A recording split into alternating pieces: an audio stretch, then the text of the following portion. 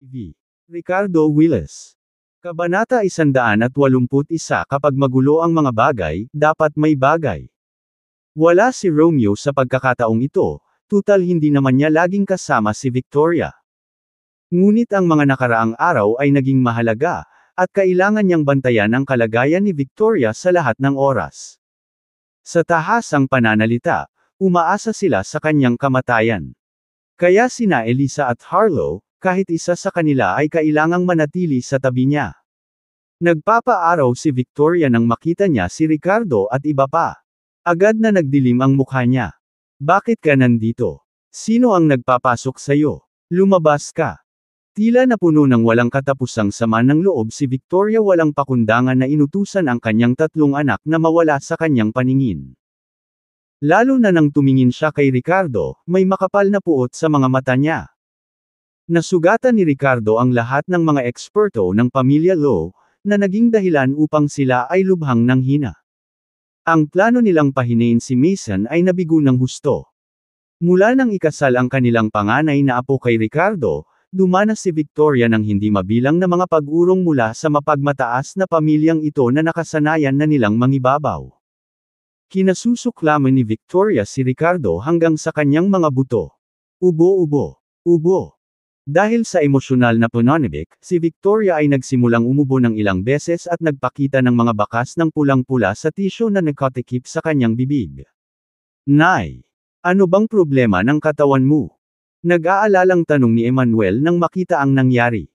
Seryoso din ang itsura ni Miranda na may bakas ng pag-aalala at guilt sa mukha dahil akala nila ang may pananagutan sa pagpapagalit kay Victoria ng ganito. Lalagyan ng nobela. Wala akong kinalaman sa inyo guys. Lumabas kayo. Umalis ka dito. Hindi kita kailangan kahit mamatay ako. Galit na nagmura si Victoria. Sa sandaling iyon, halos lahat ng kulay ay naubos sa kanyang mukha. Lumitaw ang lumubog na mga socket sa mata habang kitang-kita ang mga cheekbone. Nagulat si Emmanuel at Miranda dahil ilang araw pa lang mula nang huli silang magkita, ngunit ngayon ay mukhang haggard na si Victoria. Bahagyang nakasimangot si Ricardo habang pinagmamasdan niyang mabuti si Victoria. Ang kanyang katawan ay lubhang mahina. Ang bawat organ ay patuloy na lumalala na para bang malapit na siyang mamatay. Dati, napakatibay pa rin ang kalusugan ni Victoria kahit minsan ay niluwa siya ni Miranda ng dugo, hindi mabilis na lumala ang kanyang pisikal na kondisyon. Gayunpaman, hindi nakakakita si Ricardo ng anumang sakit o lason na nakakaapekto sa katawan ni Victoria maliban sa pagpapahina ng mga function ng katawan. Parang isang simpleng kaso lang ng pagtanda. Dapat sabihin, kung may nanggulo kay Victoria, sila ay medyo matalino tungkol dito. Dapat silang isang bihasang doktor. Narinig mo yun? Gusto kanyang umalis. Inip silang itinaboy ni Elisa. Ngumuso si Harlow, anong tinatitigan mo? Pumupunta ka dito para magprotesta at magpakitang gilas na naman. Araw-araw lumalala ang kalusugan ni Lola dahil sa inyo. Kung hindi ka aalis ngayon, gusto mo bang patayin siya ng maaga? Narinig ito ni Miranda at Emmanuel at napatingin kay Victoria na nanghihina at payat. Ang pangit ng mukha nila. Samantala, naglakad si Ricardo patungo kay Victoria at sinabi sa malalim na boses, tingnan mo ang kalagayan mo ngayon. Natatakot akong hindi ka na mabubuhay ng mas matagal. Nang marinig ito, galit na tumingin si Victoria sa kanya. Medyo namula ang mukha niya sa galit. Willis, nandito ka ba para magsaya sa kasawian ko? Galit niyang tanong. Tinuro ni Elisa si Ricardo at sinimangutan, Ricardo. Tao ka rin ba? Huwag kang masyadong excited. Kinagat ni Harlow ang kanyang mga ngipin. Hindi pa ako tapos magsalita. Ngumisi si Ricardo bago ipagpatuloy ang kanyang sinabi kay Victoria, base sa sitwasyon mo ngayon. Hindi ka na mabubuhay ng mas matagal. Pero kung ayaw mong mamatay agad, baka makatulong ako sa pag-aayos ng katawan mo. Sarcastic na tawa ni Victoria sa narinig. Ikaw. Walang magawa si Dale Hall para sa akin. What makes me think that you can change anything? And besides, she continued, kahit mamatay ako, hindi ko hahayaang tretuhin mo ako. Sa totoo lang, gusto pa ni Victoria na mabuhay ngunit hindi siya nagtitiwala sa kakayahan ni Ricardo sa paggagamot at hindi rin siya naniniwalang maganda ang intensyon nito. Tama. Nahanap na namin si Dale para tulungan siyang ayusin ang katawan niya. Hindi namin kailangan ng binata na nagpapanggap na bida. Narinig ni Elisa na gustong tulungan ni Ricardo ang matandang babae, at agad na nagbago ang mukha nito. Pagkatapos ay tumayo siya sa harap ng matandang babae, malamig na nanunuya habang nagsasalita. Napamura si Harlow, kaya mo bang gamutin? Sa tingin ko lahat ng ginagawa mo ay pinsala. Lola, subukan ni Ricardo. Talagang sanay siya sa medisina. Ang bagong gamot na binuo ng kumpanya ko ay ni-research talaga ni Ricardo, at nagamot pa niya si Eric noon.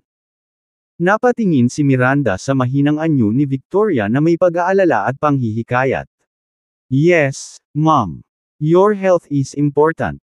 Huwag matigas ang ulo ngayon. Tinapik-tapik din ni Emmanuel ang kanyang kamay sa kanyang likod. Hindi mo ba naiintindihan? Inimbitahan na namin si Dale Hall. Isa siyang top figure sa Prussia medicine industry. Tutulungan niya si Victoria na i-regulate ang katawan niya. Si Ricardo ay isang baguhan lang na dapat umalis kaagad. Kung maabala mo ang proseso ng paggamot na binigyan siya ni Dale Hall, kaya mo bang pasanin ang responsibilidad? Malamig na sabi ni Elisa. Tama. Hindi mo ba narinig si Dale Hall? Matagal na siyang inimbitahan ng pamilya natin. Dinala mo siya dito para magpanggap na filial piety. Kung hindi dahil sa galit mo kay Lola, hindi siya magiging ganito. Ngayon, ano ang pinagkukunwari mo? Sarkastikong sabi din ni Harlow na may nakakatakot na tono. Ang mag-inang duo na ito ay patuloy na binanggit si Dale Hall na para bang siya ang nangungunang industriya ng medisina anuman ang kanilang layunin. Sinisikap nilang maliitin at hamakin si Ricardo. Dale Hall. Haha. Nabalitaan ko na rin siya. I wonder what kind of medicine he prescribed for her. Pwede ko bang makita ang receta niya para may matutunan akong bago? Sa puntong ito, casual na ngumiti si Ricardo at casual na nagtanong. Nanghina si Victoria kaya naghinala si Ricardo na may pinakialaman ang kanyang gamot. May ilang mga trick na kasangkot na hindi maaaring makita mula sa labas appearances lamang. Kaya gusto niyang subukang maghanap ng mga pahiwatig mula sa mismong receta. Wala kaming anumang mga receta o gamot dito. Lahat sila ay confidential. Malamig nang inisyon siya ni Elisa. Walang receta o gamot ha. Tignan ko nga yung gamot. Kalmadong sagot ni Ricardo na walang pagbabago sa ekspresyon. Nainom na ni Victoria ang gamot ngayon. Galit na sagot ni Elisa habang pilit na tinatago sa likod ng kanyang mga mata. Tama. Ang iyong mga medikal na kasanayan ay basura ngunit nais pa ring magnakaw ng mga sekreto mula sa kadalubhasaan ni Dale Hall. Nagbayad ka na ba ng tuition fee? Idinagdag din ni Harlow nang may pagkadismaya. Sa sandaling iyon, dalawang tao ang pumasok sa looban. Si Dale iyon at ang kanyang batang apprentice. Nagulat si Dale Hall nang makita niya si Ricardo, ngunit pagkatapos ay tahimik niyang inabot ang isang pares ng gamot sa kanyang apprentice at sinenyasan siya. Kara-rating lang niya pero tahimik siyang umalis dala ang gamot. Sa puntong ito, ilang beses na kumikislap ang mga mata ni Dale habang maraming mga pag-iisip ang mabilis na pumasok sa kanyang isipan. The next second, nginitian niya si Ricardo at binati siya na parang mga matandang kakilala, hahaha. Di ba Dr. Willis ito? Nandito ka rin ba para makita si Mrs. Lowe? Lumalala na ang kalusugan niya. Araw-araw at talagang nag-aalala ako. Kasama mo dito, Dr. Willis, baka magkaroon talaga siya ng pagkakataon. Haha.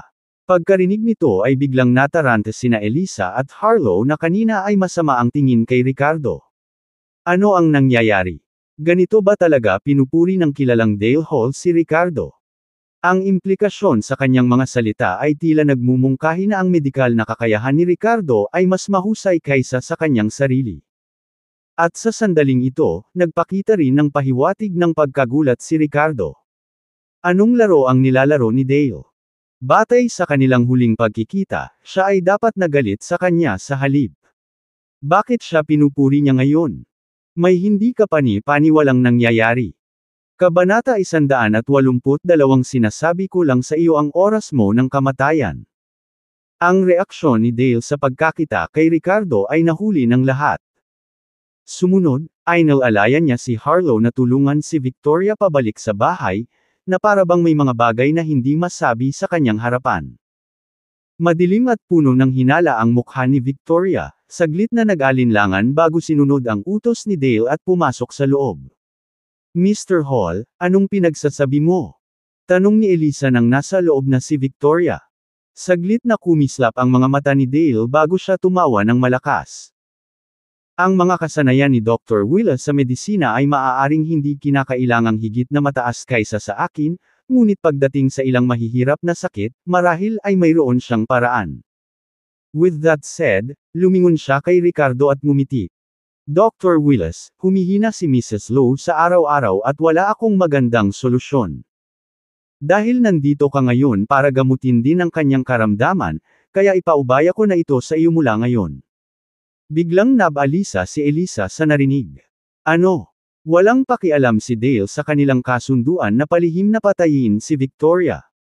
Si Elisa ay galit na sinenyasan si Dale ng kanyang mga mata ngunit hindi niya ito pinansin ng tuluyan. Nakataas ang kilay na sagot ni Ricardo. Oh, ipaubaya mo na lang sa akin. Yes. But please let me finish giving her acupuncture today since this is one course of treatment. Let me finish treating one course para makita natin kung may effect. Paliwanag ni Dale. Bahagyang ipinikit ni Ricardo ang kanyang mga mata sa pag-iisip kung anong klaseng pakulo ang sinusubukang hilahin ni Dale dito. Siya ba ang naging sanhi ng ganitong kondisyon ng katawan ni Victoria? Bakit siya biglang tumigil at nag-abot ng responsibilidad para kay Victoria? Sige, mahinahong tumango si Ricardo. Well, as they say, a doctor must do everything possible. Ang kaya ko lang gawin is try my best. Napabuntong hininga si Dale na may panghihinayang sa mukha. Pagkasabi nito, tumalikod siya at tinungo ang bahay kung saan tatanggapin ni Victoria ang kanyang huling paggamot. Ngunit nang susundan na siya ni Ricardo, Miranda, at Emmanuel sa loob, pinigilan sila ni Dale sa kanilang mga landas. Dr. Willis, I cannot reveal my secret acupuncture technique. So, dapat hindi ka na pumasok. Sana maintindihan mo, haha. Paliwanag ni Dale na may ngiti sa labi. Pagpasok pa lang niya ay pinalabas na rin si Harlow na tumulong kay Victoria sa bahay kanina. Tila ang susunod na pamamaraan ng acupuncture ni Dale ay talagang isang sekreto na ipinasa mula sa henerasyon hanggang sa henerasyon at hindi pinapayagan na panuurin. Ricardo, kumusta ang lola ko? May tiwala ka ba sa pagpapagaling sa kanya? Nag-aalalang tanong ni Miranda sa pagkakataong ito. Sabik ding tumingin si Emmanuel kay Ricardo na may pag-aalala sa mukha. Let's see later. Matalim na tinitigan ni Ricardo ang direksyon ng pinto, na parabang tatagos ang mga mata niya dito. Pagkaraan ng ilang sandali, lumabas si Dale mula sa loob, tapos na. Nako! Pero wala pa ring kapangyarihan ng aking life potential stimulating acupuncture technique. Dr. Willis, ipauubaya ko na ito sa iyo para kay Mrs. Lowe. Wala akong magagawa. Isang makahulugang ngiti ang lumitaw sa mukha ni Ricardo at tumango siya, okay. Pagkatapos magsalita, naglakad siya papunta sa silid sa loob. Sa oras na ito, sinulyapan ni Dale si Ricardo na may masamang tingin na kumikislap sa kanyang mukha bago umalis sa looban na ito. Sinenyasan ni Elisa si Harlow na nananatili dito at saka siya sinundan. Pagdating nila sa isang unmanned place, pinigilan ni Elisa si Dale. Mr. Hall, what are you doing? How could you hand Victoria over to Ricardo? Don't forget what you promised us. Nagbayad na kami. Agad na tanong ni Elisa. Si Dale ay hindi moari at tusong ngumiti, Madam, huwag kang mag-alala. Hindi na magtatagal si Mrs. Lowe. Napakahina na niya ngayon na tiyak na pupunan ni Ricardo ang kanyang katawan habang nagpapagamot. Pero may palihim na akong nagawa sa kanyang katawan. Madilim siyang tumawa. Lalagyan ng nobela. Ha ha ha. Hanggat ginagamot siya ni Ricardo, bibilas lang siya patungo sa kamatayan. Pagsapit ng ikapitong araw ay walang alinlangan na mamamatay siya dahil sa pagtrato sa kanya imbes na siya ang pumatay sa kanya o ni Miranda. Magpapatakbo kayo ng maayos. At baka magpadala pa. Ang batang ito sa likod ng mga bar. Noong una ay ayaw ni Dale na kunin ang trabahong ito ngunit nang maglaon ay nalaman na ang pamilya ni Romeo ay gustong maghiganti laban kina Ricardo at Miranda na naging dahilan upang pumayag siya. Noong huling pagkakataon na hindi niya malutas ang kakaibang sakit, ni Liam ay tinakat niya ang sarili na lumuhad para humingi ng tulong kay Ricardo. Dahil dito nahihiya si Dale at nangakong maghihiganti. Nang marinig ito, nawala ang mga pag-aalala at galit noon ni Elisa, napalitan ng mabisyo at mapaglarong ekspresyon sa kanyang mukha. So ayan. Dr. Hall, ang bait mo talaga. Bulalas niya. Pagdating ng panahon, dapat nating tiyakin na makukuha ng taong ito ang nararapat sa kanya. At para kay Miranda, ang maliit na puta, at ang kanyang pamilya mas mabuting mag-ingat din sila. Sa sinabi nito, nilibot ng mga mata ni Elisa ang paligid habang inilabas ang kanyang telepono para tumawag. Samantala sa kabilang bayan.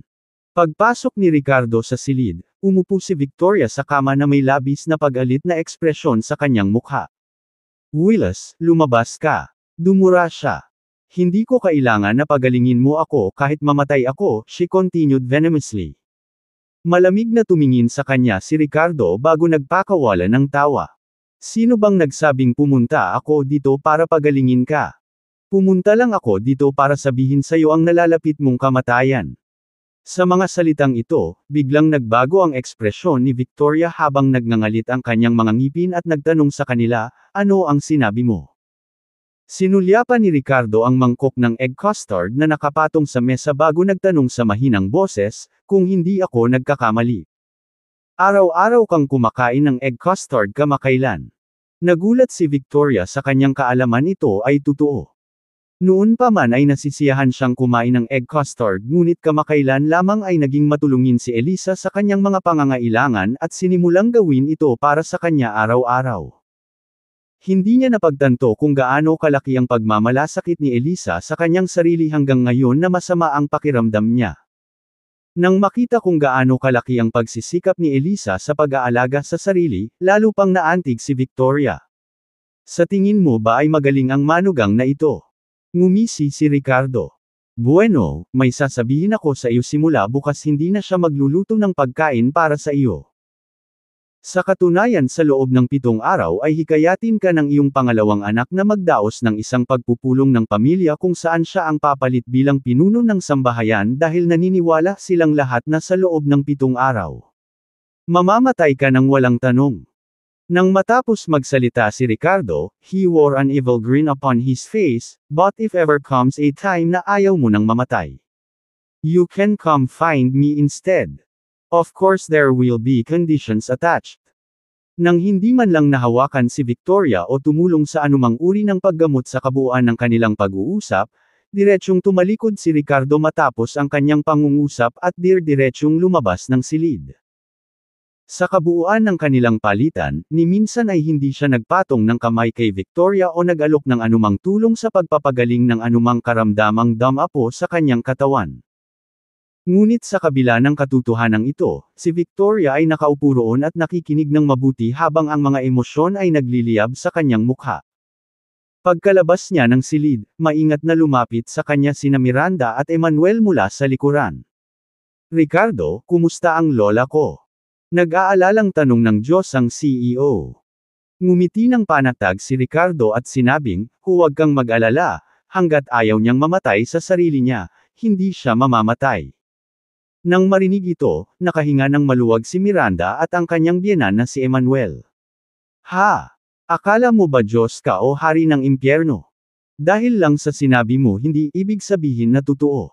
Sa sandaling ito, ngumisi si Harlow sa tabi nila at nanunuya. Oh! Sa sinabi mo, parang inaabangan mo ang pagkamatay ng lola mo. Malamig na ngumisi si Ricardo. Ikaw. Biglang hamina ang tono ni Harlow. Hindi ko sinasadya. I mean na wala kang silbi at hindi mo kayang gamutin ang lola ko. Madaldal ka lang. Kabanata 183 kaninong oras ay hindi mahalaga.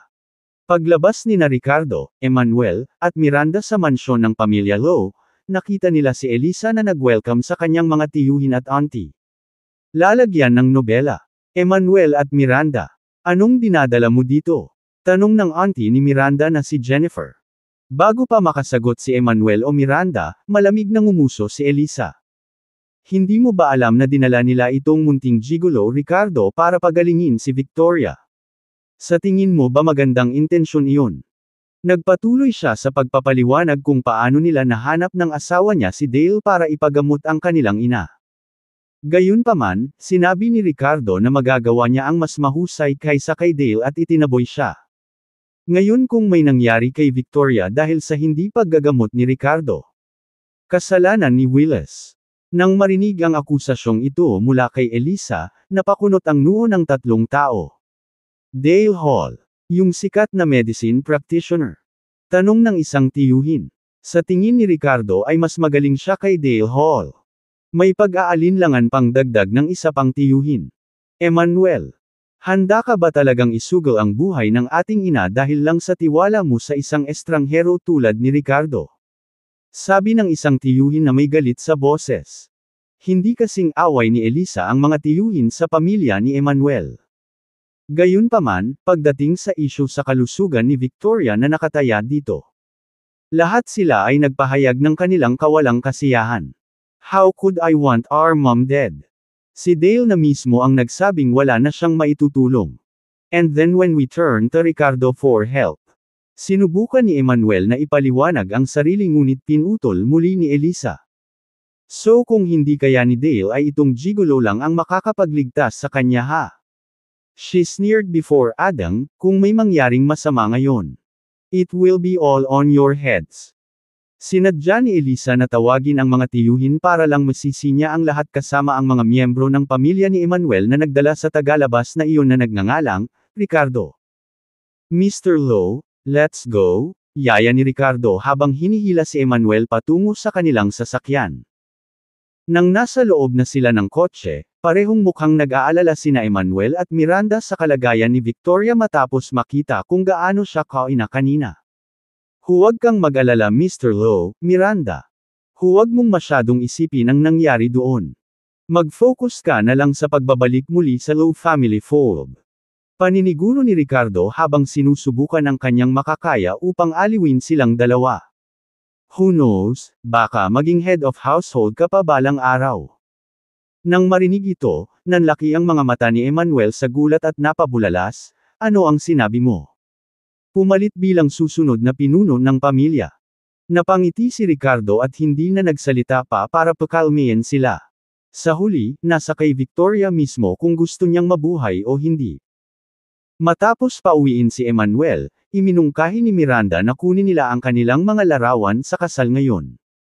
Tinulungan na sila nina Emmanuel at Cara na mag-book ng date para sa kasal na 20 araw na lang. Linggo noon at isa ring magandang araw ayon sa astrolohiya. Sa panahong ito, kailangang ihanda ni na Ricardo at Miranda ang lahat ng kailangan nila para sa kasal. Noong nakaraan ay binili lamang nila ang kanilang mga damit, nag-order ng kanilang damit pangkasal, kumuha ng ilang mga larawan sa loob nito at pumili. Labas ng alahas. Ngunit ngayon sa lahat ng trabaho sa kumpanya ng parmasyutiko na nagpapanatiling abala sa kanya sa buong araw, sa wakas ay nakahanap si Miranda ng ilang oras sa trabaho para makita niya ang kanyang lola habang ginagawa ang lahat ng bagay na kailangang gawin kasama ng tulong ni Ricardo. Natural na walang pakialam si Ricardo.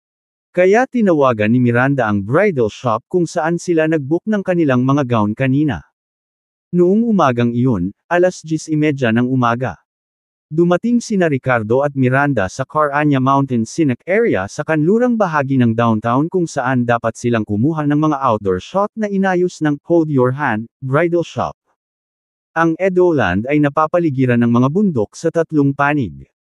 Ang bulubunduking ito sa partikular ay ginawang isang tourist attraction spot kung saan maraming mga bridal shop ang pinipili bilang isang lokasyon para sa mga photoshoot. Nang dumating doon sina Ricardo at Miranda kasama ang mga tao mula sa Hold Your Hand bridal shop pagkatapos makipag-usap sa mga kawani ng Scenic Area Management Office tungkol sa mga bayarin at iba pa, ang lahat ay nagtungo sa isang lawas sa loob ng magandang lugar na inihahanda ang kanilang mga sarili para sa pagkuha ng mga larawan malapit sa baybayin nito. Ang mga miyembro ng staff ay nagtayo ng mga pansamantalang tent gamit ang mga kurtina upang maging mas madali para sa Ricardo at Miranda kapag nagpapalit ng damit o naglalagay ng make-up sa mga break sa pagitan ng mga shot. Pagkaraan ng ilang sandali, lumabas si Miranda sa isang ganoong tent na nakasuot ng puting backless na damit na yamakap sa kanyang mga kurba na perpektong nagpapatingkad sa kanyang sexy na figure ng higit pa kaysa karaniwan. Ang kanyang payat na baywang ay nakakurbada pababa sa isang kamangha-manghang arko patungo sa mahahabang magagandang binti. Karaniwan ay hindi siya nagsusuot ng anumang pampaganda maliban sa sunscreen ngunit ngayon ay naglagay na siya ng make-up na mas lalong gumanda na iniiwan ang lahat kabilang ang photographer na natulala sa kanyang kagandahan. Hindi maalis ni Ricardo ang tingin sa kanyang Diyos ang CEO na iniwan siyang nakatulala habang ang mga photographer sa paligid niya ay parehong namangha. Deep inside nakaramdam siya ng inggit pero proud knowing how lucky he was able to marry someone like her. Honey, ang ganda-ganda mo. Seryosong bulalas ni Ricardo. Binigyan siya ni Miranda ng mapaglarong sulyap at namula, na lalong nagpahanga sa kanya. Next, for the sake of their wedding photoshoot, kinailangan ni Ricardo na hawakan si Miranda o buhatin sa iba pang pose. Nalaman niyang ito ay isang hindi kapani-paniwalang kasiya siyang karanasan at nasiyahan sa pagiging malapit sa kanyang maladyosang CEO. Gayunpaman, nang siya ay ganap na nahuhulog sa sandaling ito at tinatamasa ang oras na ito kasama si Miranda, isang malaking grupo ng mga tao ang sumugod. Ang ilan ay malinaw na bodyguard habang ang iba ay may dalang kamera at kagamitan. Marami ang nakasuot ng tradisyonal na damit at may hawak na iba pang props. Linisin ang lugar. Kinuha na ng Nine Lives Heaven's tragedy crew ang lokasyong ito. Kailangang umalis kaagad ang mga non-essential personnel. Sumunod sa likuran nila ang manager ng operations department ng parke at hinimok ang grupo ni Ricardo na umalis na rin. The manager of the bridal shop tried to reason with them, Mr. Martin, we just paid our fee to use this area. Wala ka namang binanggit tungkol sa shooting dito kanina. Hindi ba natin matatapos ang shoot natin? Kumunot ang noo ni Jamarian Martin, ano ang shooting mo? Umalis ka na. Mahigpit ang schedule ng celebrity star. Kailan ka hindi makakabalik? Kung kinakailangan ibabalik namin ang pera mo. This isn't really fair, nag-aalangan na sabi ng bridal shop manager matapos marinig ang tugon na iyon. Tumingin siya kina Ricardo at Miranda para sa kanilang opinyon kung ano ang susunod nilang gagawin. Anong hindi patas? Bilasan mo na at tapusin mo na ang shooting. May inihanda akong pananghalian ni Mr. Reed para sa akin sa tanghali, naiinip na sabi ng isang tao mula sa likuran nila sa isang apektadong tono na tila nagsusumikap siya. Hindi maitatanggi na napakaganda niya. Na may isang hugis itlog na mukha na nagpapalabas ng klasikal na kagandahan na sinamahan ng kanyang eleganteng mahabang estilo ng pananamit ay nagpamukha sa kanya na medyo ethereal. Ngunit ang kanyang bossy na ugali ay nag-iwan sa mga tao na makaramdam ng pagkasuklim. Sino lang ang walang mahalagang oras? Dagdag pa ng isa pang gwapong nakasuot ng tradisyonal na damit na mayabang. Sa puntong ito, malamig na ngumuso si Ricardo bago sumagot sa kanila, sino ba ang hindi nagpapahalaga sa sarili nilang oras? Nakaramdam siya ng labis na inis sa mga taong ito. Kabanata 184 ang babaeng celebrity na sinasampal. Lahat sila ay nagsabi na ang kanilang oras ay mahalaga, ngunit sila ay pupunta lamang sa ilang tanghalian. Ang kanyang asawa ay abala sa trabaho at sa wakas ay nakahanap ng oras para sa kanilang mga larawan sa kasal. Bakit nila dapat pagbigyan ang mga ito? Hindi ba't mahalaga ang oras ng lahat? Sa sandaling nahulog ang mga salita, ang lahat ay napalingon kay Ricardo. Ang mga staff sa bridal shop ay mukhang nag-aalinlangan habang ang production crew at ang manager ng scenic area ay may hindi magiliw na ekspresyon. Itong Ginoo, kilala mo si Miss Tiffany Payne, tama ba? Si Miss Payne ay isang top tier na bituin at wala siyang oras upang maghintay. Mangyaring makipagtulungan sa amin. Sumimangot ang manager ng scenic area at malamig na nagsalita. Si Tiffany ay isang sumisikat na female star sa mga nakaraang taon dahil sa kanyang mga classical features na pinaganda ng make-up sa kanyang mga performance sa screen. Nagbida siya sa ilang costume drama na nagpasikat sa kanya. Si Maurice Ellison ay isang mapagmataas na binata na nakakuha ng ilang katanyagan bilang isang martial arts actor dahil palagi niyang binibigyang diin ang kanyang tunay na kasanayan sa kung fu bilang kanyang selling point. Sa sandaling ito, bakas sa mukha ni Miranda ang displeasure habang malamig na magsalita, "So what if they're stars? Do they have privileges or something? Your scenic area didn't mention anything about filming before. Lahat may utos." Pagkarinig pa lang ng boses ni Miranda, napatingin ang lahat sa kanya maging ang mga mula sa production crew na karamihan ay mga gwapong lalaki at magagandang babae kasama na ang mga extra na naruroon sa set na mga stunning beauties of high quality din. Kabilang sa kanila si Tiffany mismo, isang top-tier na babaeng celebrity. Gayunpaman, tila lahat ay natabunan ni Miranda kahit na hindi siya bahagi ng kanilang grupo at walang nakakaalam kung sino siya hanggang ngayon.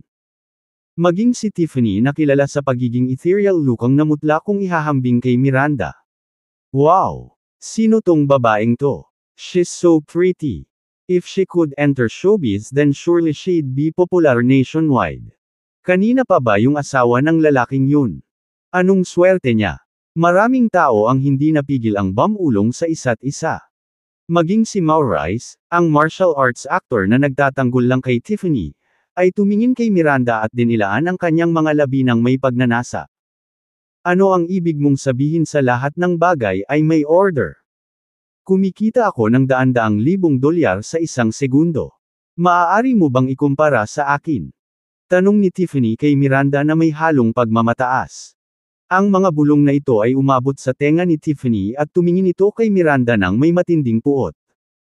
Ayaw man niyang aminin, ang limelight niya ay natabunan ng ibang babae. Bago ang sandaling ito, saan man siya magpunta, palagi siyang sentro ng atensyon. I'm sorry but I also have millions of dollars worth of orders that need my attention after this photo shoot, mahinahong sagot ni Miranda na walang bahid ng inferiority sa kanyang tono. Nang marinig ang tugon na ito mula kay Miranda ay napangisi si Tiffany, "Ha? Pinagtatawanan mo ako? Milyon-milyon. Oo, tama."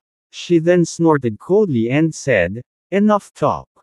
You guys better leave now or else don't blame me for being impolite. Hinihintay ako ni Mr. Reed sa tanghalian at kung mahuhuli tayo may kahihinatnan na hindi mo kayang bayaran." Nang marinig ang mga salitang ito sa pangalawang pagkakataon, tumaas ang isang kilay ni Ricardo at nagtanong, "Mr. Reed? Sino siya? Sino pa kaya?" Siya ang tagapagmana ng Reed Group at ang pinakamayamang tao ni Cranford. Mayabang na sagot ni Tiffany na para bang alam ng lahat kung sino siya. "Tiffany is highly regarded by Mr. Reed so you better not mess with us." Malamig na dagdag ni Maurice habang pinapaboran pa rin si Tiffany kahit na humanga siya kay Miranda. Lately, he has been pursuing her recently hoping that if he could win over Tiffany, then baka sumikat din siya through association with her fame. Lalagyan ng nobela. All right already. Miss Payne has connections that are beyond your reach kaya umalis ka na lang bago manggulo. Naiinip na sabi ni Jamariah na winawagayway ang kamay tanda para umalis na silang lahat. Let's go na lang, mungkahi ng bridal shop manager na sinusubukang i-defuse ang sitwasyon. Dapat umalis agad ang mga nakakaalam ng kanilang lugar kaysa isipin na makakalusot sila sa kahit ano dahil sa tingin nila ay kaakit-akit sila. Panunuya ni Tiffany kay Miranda dahil sa selos. Bahagyang nanginig si Miranda nang marinig ang mga salitang ito dahil sa pag-iinsulto ng ganoon. Bagamat sila ang dumating para pumalit, sa bibig nitong babaeng bida, parang nagiging unreasonable siya. Hinawakan ni Ricardo ang maliit na kamay ni Miranda at hinayla sa likod niya. Madilim ang kanyang mukha. Ito ay isang bagay na dapat mong sabihin sa iyong sarili. Huwag mong isipin na dahil lang sa isa kang bituin, lahat ay magpapasaya sa iyo. Umalis ka rito. Kung hindi, ipapa-blacklist kita ng Reed's Group. Nang matapos siyang magsalita, natigilan ang lahat saglit bago tumingin kay Ricardo na may kakaibang ekspresyon sa mga mata. What did you say? You want the Reeds Group to blacklist me? Sir, are you joking? Tinuro ni Tiffany ang sarili at nagtanong na may ngiti sa labi. Sino ka sa tingin mo? Ngumisi si Maurice at tinukso siya. Ang natitirang mga miyembro ng crew ay lahat ay nagpakita ng mapanlait na mga ekspresyon at pinagtawanan sila ng panunuya. Nakakatuwa talaga sila. Haha, yeah. May mga orders daw siyang milyon-milyon samantalang ipapa-blacklist daw niya ng Reeds Group si Miss Payne. Hindi sila magkakadugo pero sigurado silang makakapag-usap. Ang manager ng Cinex area ay naiinip na sinabi kay Ricardo, sige na. Stop talking nonsense. Are y'all leaving or not? If not then I'll call security to kick y'all out. Maaari mong subukan ito. Malamig na umiling si Ricardo at sumagot sa malamig na tono. Ngumuso si Tiffany, hindi mo talaga alam kung ano ang makakabuti sa iyo. She then shouted at those men dressed like bodyguards, tanggalin mo sila para sa akin. Sayang ang oras. 2 peste ang sumire sa magandang mood ko sa araw na to. Smack! Nang matapos siyang magsalita ay may malutong na tunog na sinundan ni Tiffany na sumisigaw sa sakit habang lumilipad palayo sa kanyang kinatatayuan na umiikot. Pinunasan ni Ricardo ang kanyang mga kamay at bahagyang nagsalita, ang asawa ko ba ay isang taong pwedeng latin ng sinuman? Nakatayo ang lahat doon na nakatulala habang pinapanood si Ricardo. Isang lalaking pumapatol sa isa sa mga pinakamainit na babaeng bituin ngayon. Mapunta sa lupa ang kalahati ng kanyang medyo maliit na mukha ay mabilis na namamaga na may pulang tatak ng kamay na kitang-kita. Nagsimula na ring dumudugo ang ilong niya. Ngunit si Ricardo ay hindi nagpakita ng anumang awa. Ikaw, sinaktan mo ako. Ang kulit mo. Sigaw ni Tiffany na tinakpan ang mukha at galit na tinitigan si Ricardo. Bodyguard. Bugbugin siya hanggang mamatay. Siya ay hinahangaan ng lahat mula nang siya ay sumikat. Paano nang ahas ang isang dumaan na sampelan siya? Kung lumabas ito, tiyak na magiging headline na balita bukas. Kabanata 185 mamatay sa iyong mga tuhod. Pinalibutan ng mga bodyguard ni Tiffany si Ricardo, malungkot ang mga mukha. Natigilan si Marshall at tinitigan ng masama si Ricardo. Naglabas siya ng mabangis na aura. Palagi niyang sinasabing mayroon siyang tunay na kung fu, na teknikal na totoo dahil siya ay isang late-stage martial artist sa horizontal training. Gayunpaman, ang antas ng lakas na ito ay sapat na upang harapin ang mga ordinaryong tao o maging ang mga regular na sundalo ng espesyal na puwersa. Kaya si Maurice ay lubos na nagtitiwala at palaging iniisip na siya ang tunay na Panginoon. Umalis na kayo at hayaan mo akong tulungan si Maurice na magbulalas. Utos ni Tiffany sa mga bodyguards niya sabay tingin kay Maurice na kumikislap ng tuso. Maurice, siguraduhin mong lampoin mo siya para sa akin. Kailangang sabihin na ang babaeng bituin na ito ay may ilang mga kasanayan sa skimming. Kung mismong bodyguard niya ang bumugbog kay Ricardo, baka magdulot ito ng problema sa kanya. Ngunit kung sa halip ay ginawa ito ni Maurice, hindi siya madadami sa anumang paraan. Sa karamihan, sasabihin ng media na si Maurice ay nawala ng galit at napilayan ang isang tao para sa kanyang sarili. Sa sandaling ito, hindi alam ni Maurice na ginamit siya bilang isang sangla ni Tiffany. Nang marinig niya ang kanyang mga salita, pakiramdam niya ay dumating na ang pagkakataong ipakita ang kanyang kakayahan. Don't worry, Tiffany. Tutulungan talaga kitang mailabas ang galit mo. Sa pamamagitan ng mga salitang ito na binibigkas niya ng may kumpiyansa habang nakakuyom ang kanyang mga kamao ng mahigpit upang maging malakas ang kaluskos nito laban sa isa't isa.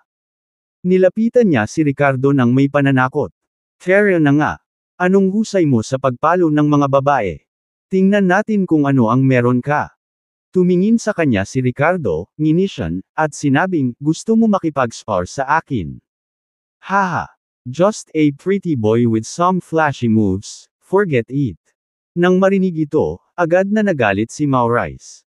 Sino ang tinatawag mong pretty boy with flashy moves? Sa simula pa lang ng kanyang karera, palagi na niyang dala ang aura ng totoong kung fu, at ang pinaka hindi niya matitiis ay isang taong tumatawag sa kanya na isang magandang batang lalaki na may marangyang galaw. Tila naantig iyon, na umaabot sa kanyang limitasyon. Say it again. Ilang dance moves na lang sa screen, huwag ka nang yumangal sa akin, or else dudurugin ko yang ngipin mo. Ngumisi si Ricardo. Si Maurice, sa galit, ay na-distort ang mukha. You want to knock my teeth out? Fine. I challenge you to a duel. Ipapakita ko sa'yo kung flashy moves lang ang skills ko. Labanan mo. Bakit ka nakakatawa? Natatawang sabi ni Ricardo nang marinig ang mga salitang ito mula sa bibig ni Maurice. Maurice gritted his teeth and asked, "Ano, natatakot ka ba?" Inisip din ng mga crew members at iba pang artista, lalaki at babae, masyadong mayabang si Ricardo. Alam nilang may tunay na kakayahan si Maurice. This guy was provoking him so much that he would definitely done for today. Kaya lang biglang nag-iba ang mukha ni Ricardo. Ang kanyang mga mata ay sumulyap sa isang tiyak na direksyon. Pagpatay ng layunin. Napakalakas ng hangarin ng pagpatay. Ano? Natatakot na.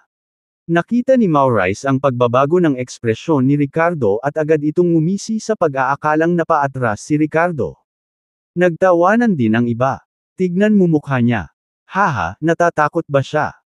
Kung natatakot ka ay sumuko ka at humingi ng tawad kay Miss Payne. Natatakot na siya bago pa man magsimula ng laban. Ang ganitong uri ng tao ay naglalakas loob lamang na mang-api ng mga babae.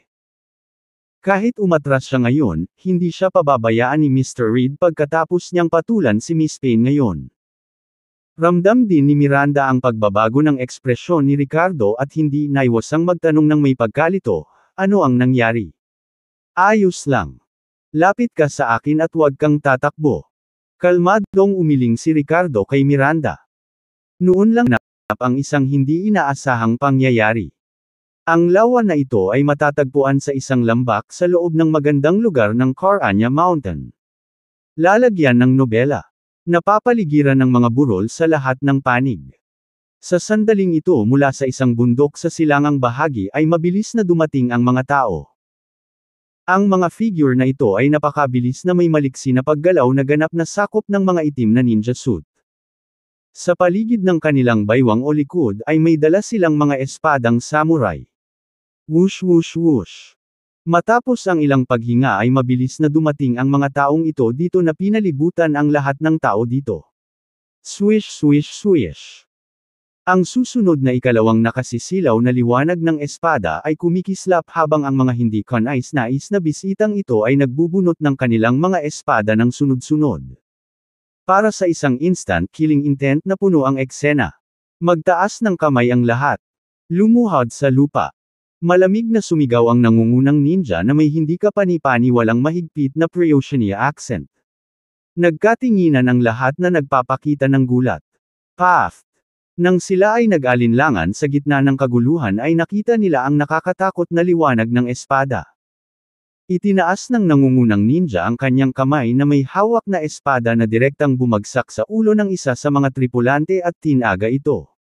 Umakyat agad ang dugo. Pinatay nila siya. Nang makita ang eksenang ito, isang hiyawan ang sumabog. Naunawaan ng lahat na ang mga hubog na kutsilyo sa mga kamay ng mga taong ito ay hindi props. Sila ay tunay na mga sandata na maaaring pumutol sa bakal na parang putik at pumatay ng mga tao. Shut up! Gawin mo ang sinabi ko kanina. Itaas ang iyong mga kamay at lumuhod. Malamig na sigaw ng nangungunang ninja. Sa sandaling nahulog ang kanyang mga salita, ang mga hiyawan at kaguluhan ay biglang tumigil. Lahat ay natakot ng walang kabuluhan, itinaas ang kanilang mga kamay at sunod-sunod na lumuhod.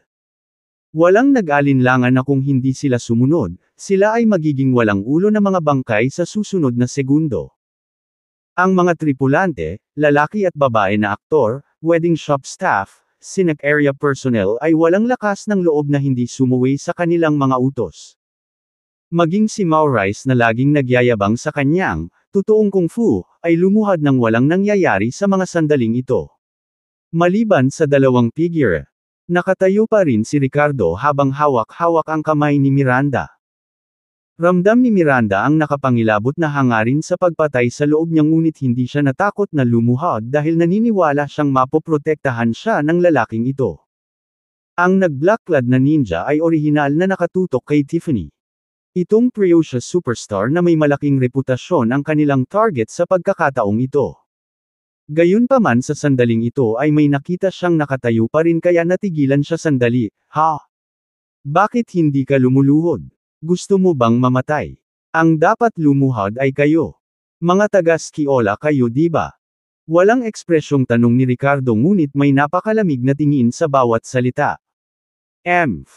Malamig na umungol ang lead black-clad ninja habang naglalakad papunta sa Ricardo na nakataas ang kanyang samurai sword.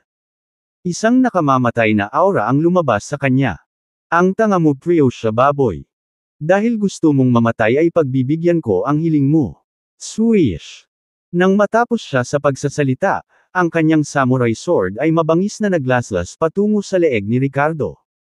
Isang malupit na tingin ang lumitaw sa kanyang mga mata. Ang puso ng lahat ay napataas sa sandaling ito. Ang mayabang na lalaking ito ay hindi talaga marunong mabuhay o mamatay. Naglakas loob siyang saktan si Tiffany at i-provoke si Maurice, ngunit kaharap na niya ngayon ang isang ninja na nakasuot ng itim na pumatay ng hindi kumukurap. Naglakas loob pa rin siyang kumilos ng mayabang. Mamamatay na siya. Ding! Gayunpaman, sa susunod na sandali, na sinamahan ng isang magaan na tunog tulad ng sagupaan ng ginto at bakal, ang samurai sword ay biglang huminto sa hangin. Ang dulo ng espada ay talagang nahuli sa pagitan ng dalawang daliri. Nang makita ang eksenang ito, lumiit ang mga mag-aaral ng lahat at nagpapakita ng ekspresyon ng hindi paniniwala. Naghinala pa sina Tiffany at Maurice na ang mga black-clad ninja na ito ay kumikilos din kasama si Ricardo. Ikaw! Ang pinuno ng black-clad ninja's face ay kapansin-pansing nagbago, na nagpapakita ng matinding takot. Lumuhod at mamatay. Malamig na sabi ni Ricardo. Sa bilis ng kidlat, inagaw niya ang samurai sword ng kanyang kalaban habang sinisipa gamit ang dalawang paa. Basag! Basag! Direktang nabasag ang mga buto ng tuhod ng leader ninja sa sipa ni Ricardo. Nakayuko ang mga paa niya habang nakaluhod sa lupa. Agad siyang sumigaw.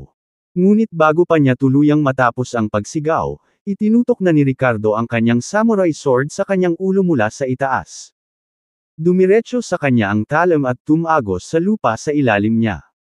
Napako siya sa lugar na iyon habang nakaluhod pa rin.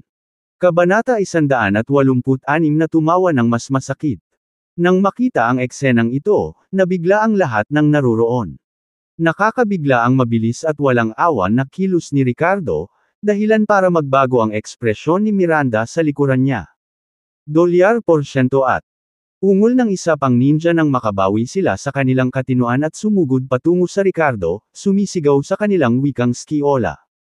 Bawat isa ay naglabas ng nakamamatay na aura na tila nagpababa sa temperatura ng buong lugar sa ibaba ng lamig. Ang lupang ito ay hindi na sa iyo upang magalit. Malamig na deklara ni Ricardo bago sumigaw ng battle cry. Sinandok niya si Miranda at umabant sa bilis ng kidlat. Swish! Isang samurai sword ang tumama sa kanyang, ngunit agad na nag-react si Ricardo. Bago pa makapag-react ang kanyang kalaban, dinurog niya ang kanilang palso at dinasarmahan. Sa isang tuloy-tuloy na galaw, nahuli niya ang espada at sinipa pa.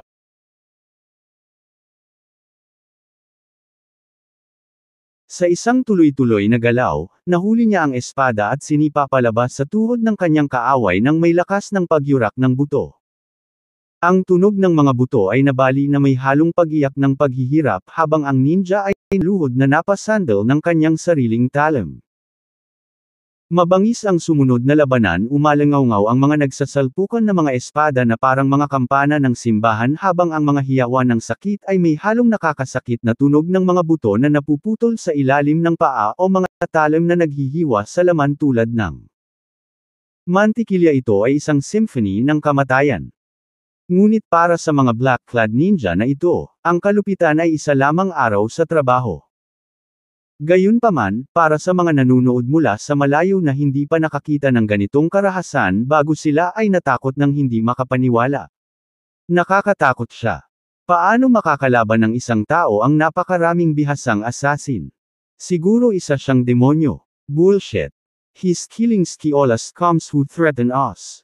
I call him our savior. Tumayo na kayo mga duwag.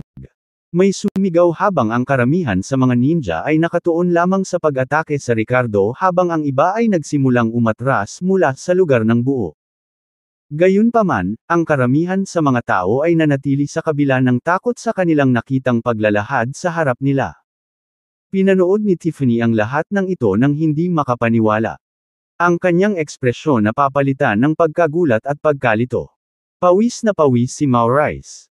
Ang mga mata ng manager ng scenic area ay hindi napigil ang kumikibot. Ang mga miyembro ng crew at mga extra ay lahat sa gilid. Mukhang hindi makapaniwala ang manager ng bridal shop at photographer. Lalagyan ng nobela.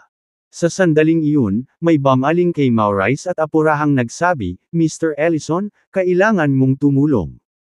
Napakaraming ninja na nakasuot ng itim, hindi niya sila kayang hawakan ng mag-isa. Narinig ito ng iba at nag-react din. Yes. Yes. Maurice, you know Kung Fu right? Go help him. Kaya mo namang 10 tao nang sabay-sabay diba? Bilasan mo at magpatulong ka. Mr. Maurice, please help him. Hindi niya kayang mag-isa. Biglang napagtanto ng lahat na may isa pang, eksperto, na naruroon at nagsimulang himukin si Maurice na kumilos. Shut the hell up. Ay! Naiinis na sigaw ni Maurice na namumula ang gwapong mukha. Ang patuloy na pag-ambon ng dugo mula sa direksyong iyon kasabay ng mga hiyawan ay nagpang-inag sa kanya sa takot. Paano siya magkakaroon ng lakas ng loob na sumugod sa tulong ni Ricardo? Sa screen siya ay sapat na malakas upang harapin ang 10 o kahit na daan-daang mga kaaway ngunit ang laban na ito. Ito ay totoo. Hindi ito pelikula. Sa sandaling iyon naramdaman ni Miranda ang hindi maipaliwanag na pakiramdam ng seguridad na hawak sa mga bisig ni Ricardo. Pakiramdam niya ay balot siya ng kaligtasan sa kabila ng brutal na away na nangyayari sa malapit. Gayunpaman ang pag-alis sa kanyang yakap ay parang pagpasok sa impyerno mismo. Sa kanyang mga bisig ay tila siya ay nasa isang mapayapang daungan na malayo sa lahat ng panganib. Matapos ang tila mga edad, sa wakas ay tumahimik na ang lahat sa paligid niya nang ibinalik siya ni Ricardo sa matibay na lupa. Ang sumunod na segundo ay lumaki ng husto ang kanyang magagandang mata kasama ng lahat ng tao sa kanilang paligid na mukhang gulat na hindi makapaniwala. Lahat ng nakaitim na ninja ay naging mga bangkay. Halos magkapareho ang kanilang pagkamatay na basag ang mga tuhod. Ang mga binti ay baluktot na nakaluhod sa lupa. Tinusok ang kanilang mga ulo ng mga espadang samurai na ipinako sa lupa sa ibaba nila. Isang dagat ng mga bangkay ang lumuhod sa harap nila. Napuno ng sitsit ang kanilang mga tainga habang sunod-sunod silang naghahabol ng hangin. Si Tiffany, Maurice, ang mga crew members, extra, at staff sa bridal shop ay nanginginig sa takot. Maliban kay Tiffany na nagtatanim pa rin ng galit kay Ricardo, ang ibang mga babaeng naruroon ay hindi maiwasang mapamangha at humanga sa kanyang matangkad. Ito ay isang tunay na master. Hindi ko alam kung bakit pero hindi ako tinatakot ng eksenang ito. Sa halip, natuwa ako. Bakit hindi natin alam kung bakit? Kasi mga priyosya tayo. Ang gwapo niya. Ganito ang itsura ng totoong lalaki. No wonder mas maganda ang asawa niya kaysa kahit sinong celebrity. Ang ganyang babae lang ang makakapantay sa ganyang lalaki. Noon lang, isang napakalamig na boses ang biglang umalangaw-ngaw. Hihihi. I didn't expect na ang isang martial arts performer mula sa crew ay totoong master. Pagtingin sa pinanggalingan ng boses ay nakita lamang ang isang maliit na figure na biglang tumalon palabas ng lawa at dumaong sa baybayin nito. Ang taong ito ay nakasuot ng panlaban na may kambal na espada na nakasabit sa kanyang likod na naglalabas ng mabangis at malakas na enerhiya. Hindi ako bastang martial artist. Tinitigan siya ni Ricardo at umiling. Hindi mahalaga. Mamamatay ka pa rin. Nangangamba ang maliit na figure. Habang binibigkas niya ang mga salitang ito, tila may naalala siyang biglang nagtanong sa sirang Pryusha niya, "By the way, nakilala mo na ba si Sagi Fujino? Isa siya sa mga top masters ng Skiola." Tumaas ang isang kilay ni Ricardo na tumango, "Oo, meron. Napatay ko na siya." "Ano naman?" Naging mabangis ang ekspresyon sa mukha ni Misaki Kojiro nang marinig ang balitang ito. "Bastos ka. Disipulo ko yun. Puputulan kita bilang alay para sa espiritu ni Sagi sa langit. Tandaan mo ang pangalan ko, Misaki Kojiro." Sa bawat hakbang niya patungo sa Ricardo, lumalakas ang kanyang aura hanggang sa tuluyang maabot ang rurok nito kung saan hinugot niya ang kanyang espada na nagpakawala sa kanyang pinakamalakas na atake. Hindi inaasahan ni Misaki na noong huling beses na bumisita sila sa Pryusha, isa sa kanila ang talagang mahuhulog dito. Kung kaya't wala siyang pagpipilian kundi ipagpatuloy kung saan tumigil ang kanyang alagad sa pamamagitan ng personal na pagpunta mismo kay Pryusha. "Paano mo napatay ang alagad ko?" tanong ni Misaki habang nag-iipon ng lakas para sa panibagong atake. Si Sagi ay isang master ng kalahating hakbang na sekta, ngunit namatay siya sa kamay ng mga taong Pryusha. Nais ni Misaki na kunin ang kapaki-pakinabang na impormasyon mula kay Ricardo upang matiyak ang kanyang sariling kaligtasan. Ngumisi si Ricardo at binitawan ang kamay ni Miranda nang hindi sumagot.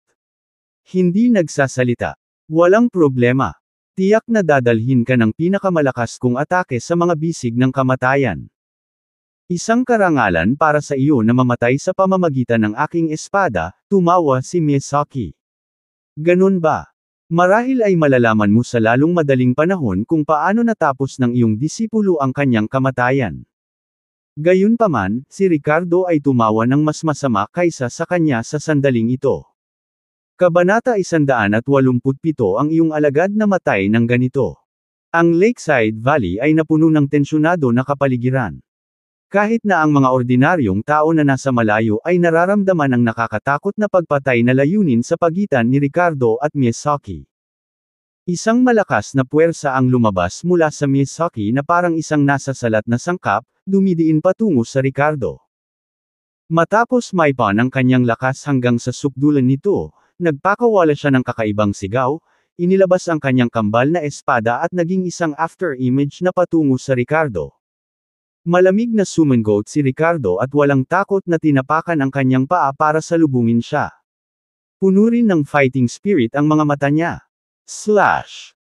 Naging mabangis ang ekspresyon ni Misaki habang tinatawid niya ang kanyang mga espada sa kalawakan, na may dalang nakakamangha na talas at momentum habang lumalaslas sila patungo sa Ricardo. Ang tindig ay parang gustong putulin si Ricardo sa 4 na piraso. Buzz! Sa segundong iyon, isang mar-angle na aura ng dragon ang biglang tumalsik mula sa loob ng katawan ni Ricardo at bumuo ng solidong proteksyong enerhiya sa paligid niya.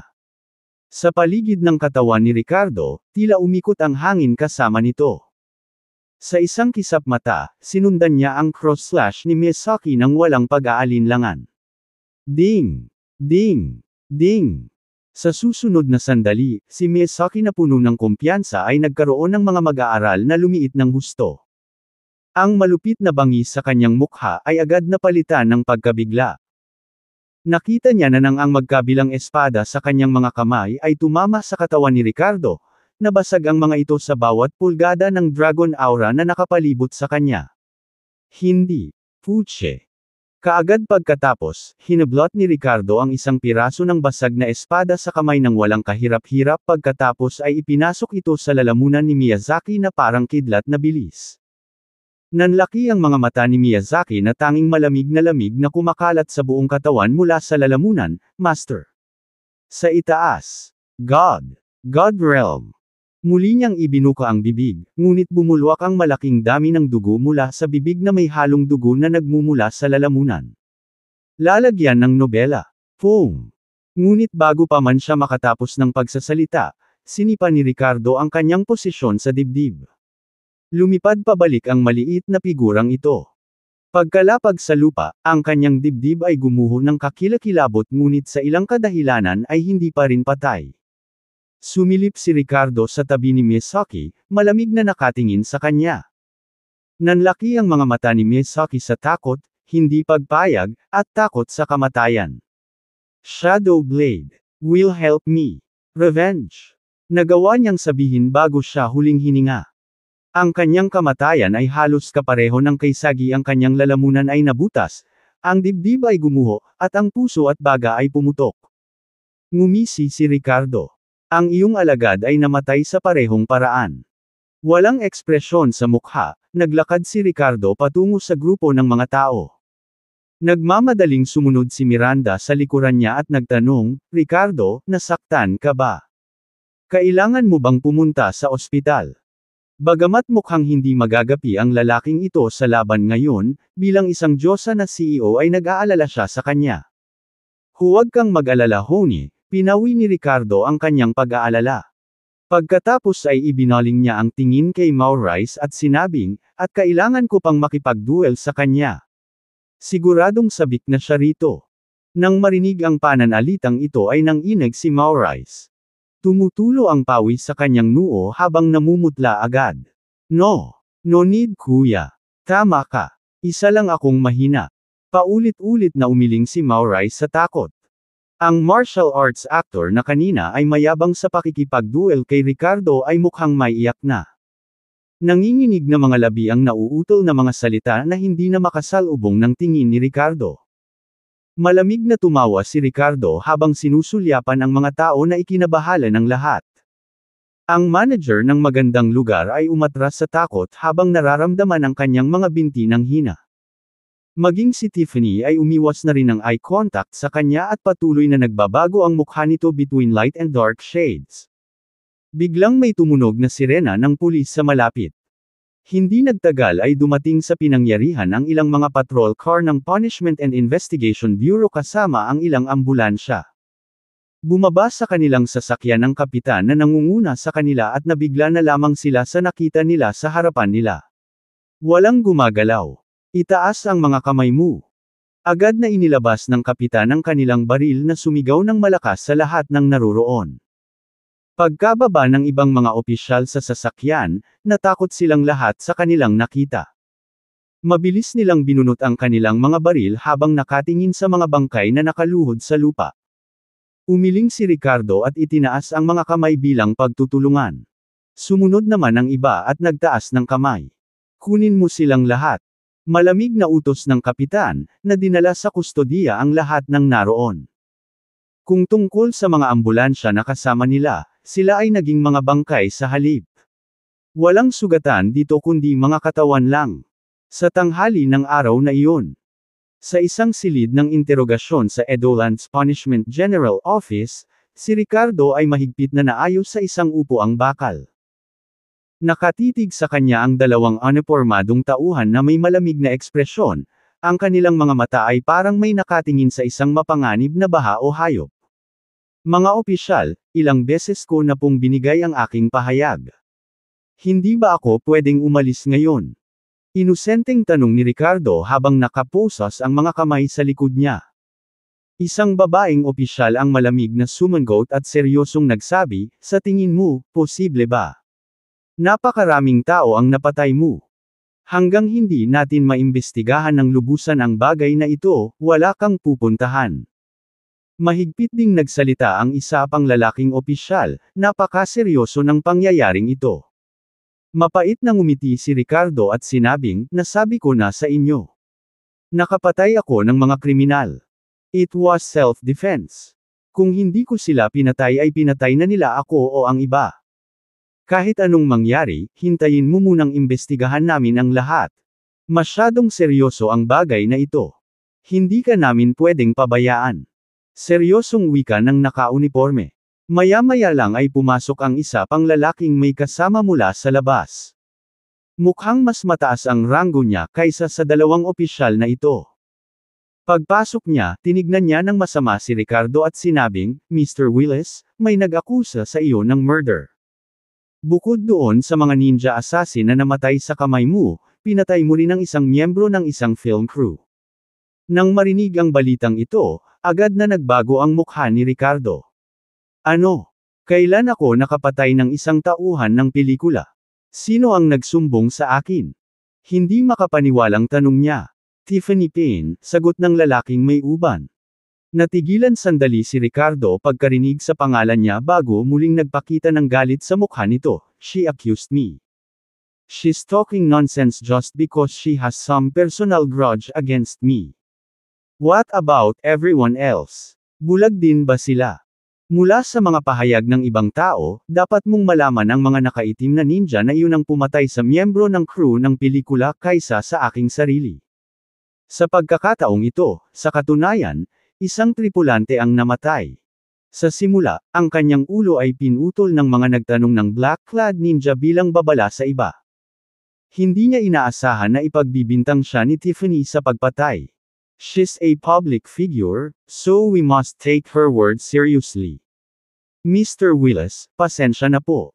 Mag-iimbestiga kami ng maigi. Businesslike na sabi ng lalaking may uban. Kabanata 188 Palayain ng tao. Galit na sigaw ni Ricardo, dalhin mo siya sa akin for a confrontation. She's just sick and revenging and slandering me. Saglit na nag-alinlangan ang may buhok na buhok bago nagsalita sa malalim na boses, ipaparating ko kay Miss Payne ang iyong mga kagustuhan. Kung papayag siya, aayusin ko na magkaharap kayo. Pagkatapos magsalita, lumabas ng interrogation room ang lalaking may uban. Samantala, sa kabilang bahagi ng gusali, karamihan sa mga taong nakatapos ng mag-record ng mga pahayag ay nagtipon pa rin sa harap ng patio ng Punishment and Investigation Bureau at hindi pa umaalis. Kasama nila si Miranda. Nag-aalala siyang tumingin sa paligid ngunit hindi niya nakitang lumabas si Ricardo. The next second, Miranda grabbed a uniformed officer and asked worriedly, "Excuse me, bakit hindi pa lumalabas si Ricardo? Okay lang ba siya?" Umiling ang opisyal at humihingi ng tawad, "I'm sorry miss. May nagsumbong sa kanya na pumatay ng inosenteng tao kaya nag-iimbestiga pa kami." Pagkarinig nito ay nagbago ang kulay ng mukha ni Miranda, kailan ba nakapatay si Ricardo ng isang inosenteng tao? Sino ang nagsumbong sa kanya? Bulag ba ang taong iyon? Habang nagsasalita, lumilingon-lingon siya sa paligid ngunit hindi niya rin makita si Tiffany kahit saan. Napaisip ito bigla kay Miranda, at naiirita niyang tanong, si Tiffany ba ang babaeng bida? I'm sorry, wala akong masabi tungkol dito. Umiling-iling ang nakaunipormeng opisyal. Nabalisa si Miranda nang marinig niya ito, at napatapak ang kanyang paa sa galit. Inilabas niya ang kanyang telepono para tawagan ang isang taong may koneksyon para tumulong sa pag-alis ng gulo para kay Ricardo. Gayunpaman, biglang nagkaroon ng kaguluhan sa labas. Lalagyan ng nobela. Tapikin. Tapikin. Tapikin. Itap. Sa mabilis ngunit maayos na tunog ng mga yapak, isang grupo ng mga sundalong nakasuot ng panlaban ang sumugod sa patio ng Punishment and Investigation Bureau na may mga kargadong baril. Pagkapasok nila, tuwid na nakatayo ang mga sundalo sa dalawang hanay. Si Edward na sinundan ni Ralphie ay naglakad sa likuran nila habang naglalakad sila papasok. Ang kanyang ekspresyon ay tila hindi pala kaibigan. "Anong ginagawa mo dito?" Punishment and Investigation Bureau ito. Nakita ng isang naka-unipormeng staff ang kanilang poster, at nagiba ang kanyang mukha nang malakas niyang tanungin sila. "Nasaan si Mr. Willis?" "Nandito kami para kunin siya." Humakbang si Ralphie, matatag ang tono. Nakatayo doon si Edward na may malamig na ekspresyon sa mukha. Sa sandaling iyon, lumabas sa Punishment and Investigation Bureau ang isang lalaking nasa katanghaliang gulang na may kahangahangang kilos. Nang makita ang eksenang ito, agad na nagdilim ang mukha ng lalaki habang nagtatanong sa tonong inis, "Edward, anong ibig mong sabihin na pumunta ka rito para manggulo?" Siya ay walang iba kundi si Lionel Burke, ang hepe ng Edolands Punishment and Investigation Bureau. Malamig na sanggal ni Edward. "Lionel, cut the crap and release Mr. Willis. Nag-iimbestiga pa kami," nakasimangot si Lionel. "Ano ang iniimbestigahan mo?" "Ang mga pagkakakilanlan ng mga patay na tao ay nakumpirma na ng ating militar. Ang mga ninja na ito ay mga lihim na ahente na ipinadala ni Sciola upang magsagawa ng mga mapanirang misyon sa Prussia. Pinatay silang lahat ni Mr. Willis at nararapat na kilalanin ito. Ngunit sa halip ng pagpuri sa kanya, pinigil mo siya para sa interogasyon. Binato ni Edward ang isang salansan ng mga dokumento kay Lionel na may galit sa mukha. Sinilip ni Lionel ang mga dokumento at ilang beses na nagbago ang ekspresyon nito bago nag-alinlangan, ngunit ngayon ay may nag-aakusa kay Ricardo na pumatay ng mga inosenteng tao. Bukod sa mga assassin na ito na pinatay niya kanina, pinatay din daw niya ang isang miyembro ng film crew. Bullshit. Sinong nagsumbong? Sila ba? Itinuro ni Edward ang grupong nagkukumpulan sa bakuran at galit na nagtanong. Nang inag ang mga taong ito nang makita ang sitwasyong ito sa harap ng kanilang mga mata at mabilis na ikanaway ang kanilang mga kamay habang itinatanggi ang anumang pagkakasangkot, hindi. Wala kaming ginawang mali. Paano kaya napatay ni Mr. Willis si Joe?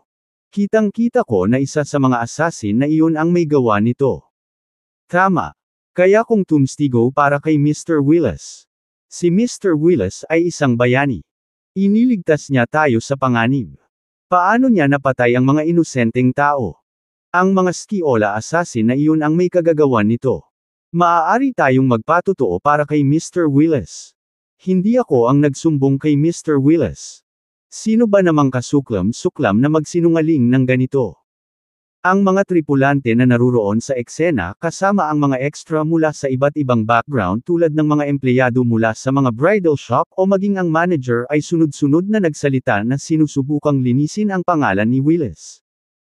Lalong lumakas ang pagsasalita ng ilan sa mga artista at babaeng extra, parang may narinig silang maling akusasyon kay Ricardo, at galit na galit din sila. Ngayon, halos lahat sila ay naging tagahanga ni Ricardo, ang taong parang Diyos ng kamatayan, na puno ng isang tiyak na paghanga at paghanga.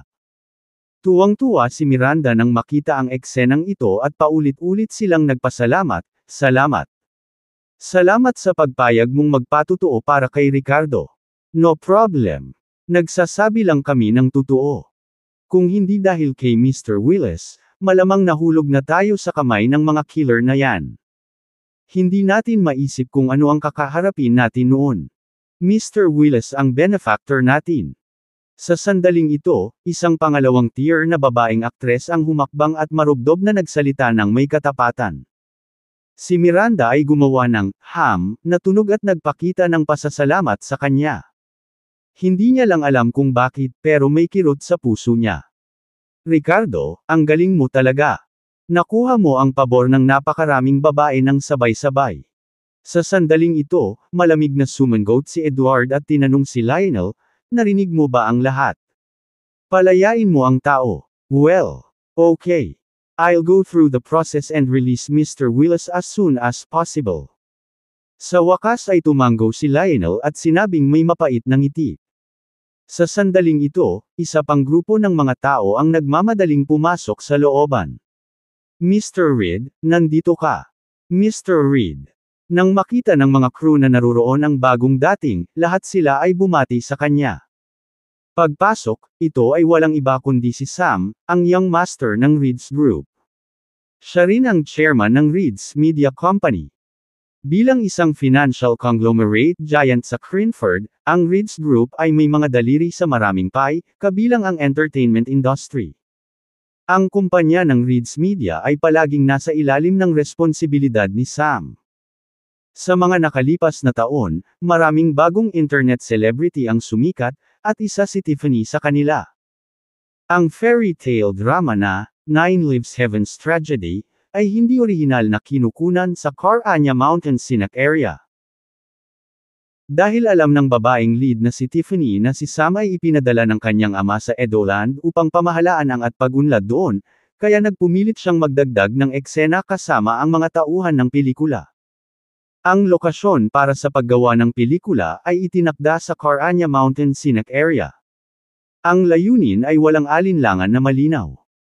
Gusto lang niyang magkaroon ng higit na pakikipag-ugnayan kay Sam, at natakot siya na gusto pa niyang lumikha ng mga pagkakataong umakyat sa aming mga batang may-ari ng Reed's Group at humawak sa kanyang mayamang hita. Nang matanggap ang balita na ang Nine Lives Heaven's Tragedy film crew ay inatake ng isang hitman, nagmamadaling sumugod si Sam. Pagpasok pa lang niya ay nag-aalalang tanong niya, "Mr. Reed, okay na ang lahat?" Si Joe lang ang napatay at lahat ng iba ay ligtas. Pinapanatag siya ng isang crew member. Bahagyang tumango si Sam at medyo lumuwag ang mukha. Inis kanya ang mga tao gamit ang kanyang mga mata, tila naghahanap ng ilang pangunahing aktor. Gayunpaman, sa sumunod na segundo, napatitig ang kanyang tingin kay Miranda. Sandaling natigilan ang ekspresyon nito habang mabilis itong lumapit sa kanya at sinabing, "Mrs. Willis. Anong ginagawa mo dito?" Kabanata 189 na ikaw ba ang nag-aakusa kay Mr. Willis? Natanggap ni Sam ang balita at sumugod dito, ngunit ang alam lang niya ay inatake ng isang mamamatay tao ang mga tauhan ng pelikula. Wala siyang alam na specifics, lalo pa na may kinalaman din sina Ricardo at Miranda sa pangyayaring ito. Nang makita niya si Miranda sa sandaling ito, nagulat siya. "Nandito ako syempre. Nandoon din kami ni Ricardo sa pangyayaring ito," tumango si Miranda. "Nasaan na siya?" Yumigting ang ekspresyon ni Sam habang pinagmamasdan ang mga taong nasa harapan niya. Bukod sa nakita niya ang mga armadong gwardya at ang pagkabigla ni Edward ay hindi niya nakita kahit saan si Ricardo. Sa sandaling ito, nang marinig nila ang pag-uusap ni Sam kay Miranda, ipinakita ang mga tauhan na iyon ang pagtataka sa kanilang mga mukha. Masyadong magalang si Sam sa asawa ni Ricardo. Dati kapag kaharap ang kabilang side ng film crew na itinaboy sila, sinabi ni Ricardo na tatawagan niya si Mr. Reed na banibiro ng lahat. Pero ngayon parang kilala na talaga nila ang isa't isa. At sa pagtingin sa ugali ni Sam sa kanya ay hindi ordinaryo ang kanilang relasyon. Pinunasan ni Maurice ang kanyang pawis na kinakabahan habang sinusubukang magtago sa likod ng mga tao sa karamihan. Ang pag-iisip tungkol sa kanyang kawalang galang kina Ricardo at Miranda noon ay nakaramdam siya ng pagkabalisa sa loob ng takot na kapag nalaman niya ang nangyari ay baka may masabi siyang muli sa harap ni Sam. Sa pagkakataong ito ay mahina nang umuso si Edward sa tabi niya na nagsasabing, si Mr. Willis ay nakakulong para sa interogasyon. May maling akusasyon sa kanya ng pagpatay sa mga miyembro ng film crew. "Mr. Reed, iyong mga tao ba ang may gawa nito? Dapat lang. Tutal wala namang iba." Nang marinig ang mga salitang ito, biglang nagbago ang mukha ni Sam habang nakatingin sa mga taong iyon mula sa mga tauhan ng pelikula na malamig na nagtatanong, "Ano ang nangyari?" "Wala kaming kinalaman dito Mr. Reed. Wala kaming ginawa." Mabilis nilang sinubukang ilayo ang kanilang sarili mula sa anumang pagkakasangkot. "Nagsisigawan pa kami kanina na gusto naming tumstigo para kay Mr. Willis. Oo. Si Joe ay pinatay ng mga killer na iyon. Wala itong kinalaman kay Mr. Willis. Nakita nating lahat." Ang mga taong ito ay mabilis na nagpahayag ng kanilang sarili na nagsisikap na linisin ang kanilang mga pangalan ngunit nang marinig ni Sam ang mga salitang ito, alam ni Sam sa kaibuturan ng puso na hindi kailanman pinatay ni Ricardo ang sinumang mula sa kanilang club, na nagpadilim ng kanyang mukha. Kung hindi ginawa ni Mr. Willis, sino ang nag-frame sa kanya? Sino ang may sapat na lakas ng loob? Sa puntong ito, humakbang pasulong ang babaeng lead actress ng Nine Lives Heaven's Tragedy. Dati lang siyang hindi kilalang supporting actress sa set. Her eyes flickered uncertainly as she said, "Siguro. Si Tiffany." Dati kasi, dahil sa hindi pagkakaunawaan, minsan sinampal ni Mr. Willis si Tiffany. Pero hanggang ngayon, hindi pa tapos si Tiffany sa pagsulat ng record. Dahil ba si Tiffany hindi masaya kay Mr. Willis? Umasa si Tiffany sa kanyang katanyagan at sanay sa pagiging mayabang at dominante sa set. Marami nang hindi nakatiis sa kanya. Tiffany. Panay ang pagbabago ng mukha ni Sam. Kung sino ang pumasok para tingnan ay malalaman. "Lionel, let's go. Let's release the person." Ngumisi si Edward at muling hinimok si Lionel. "Miss Payne, sigurado ka bang nakita mong pinatay ni Ricardo si Joe Grant noong mga oras na iyon?" Sa interrogation room, tinanong ng lalaking maputi si Tiffany na nakaupo doon. Malamig na tinitigan ni Ricardo ang female star na ito, "Miss Payne, you better think twice before speaking." May bakas ng puot sa mga mata ni Tiffany habang nakatingin kay Ricardo. Sa sandaling ito, kitang-kita ang namamagang bakas ng kamay sa kalahati ng kanyang mukha. "Opisyal, naalala ko na siya iyon. You see how he looks like this and his tone of voice. Pwede ko ba siyang akusahan ng pananakot ulit? Ngumisi si Tiffany at nagtanong. Tiffany Payne. You're accusing falsely. You'll also be held legally responsible for this. I advise you don't talk nonsense. Ang taong iyon noon ay pinugutan ng ulo ng isang ninja na nakasuot ng itim. Kitang-kita ito ng lahat. Nagnganga ang mga ngipin ni Ricardo. Nais niyang bigyan ng babaeng ito ng ilang sampal mula sa nakaraan. I'm sorry but what I saw was definitely you killing him. As for how others saw it, I don't know but maybe they were all afraid of your murderous ways. Pero ako, Tiffany, hindi ako matatakot sa kapangyarihan mo. Tiffany pouted as she touched her forehead looking dizzy then added, of course, I don't rule out that things were too tense back then, and I got scared which led to an illusion. Tutal, sinampal mo ako minsan kaya ang ulo ko. Nagriring pa rin ngayon, sinabi ko lang ang nakita ko. Nang marinig ang mga salitang ito, galit na tumingin sa kanya si Ricardo, ikaw. Matagumpay na napangiti si Tiffany, nasasarapan sa walang magawang ekspresyon ni Ricardo.